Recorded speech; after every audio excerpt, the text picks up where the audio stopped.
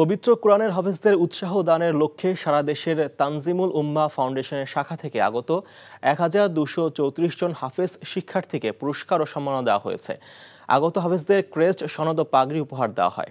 রোববার সকালে রাজধানীর বসুন্ধরা ইন্টারন্যাশনাল কনভেনশন সেন্টারে এই পুরস্কার প্রদান অনুষ্ঠানের আয়োজন করা হয়।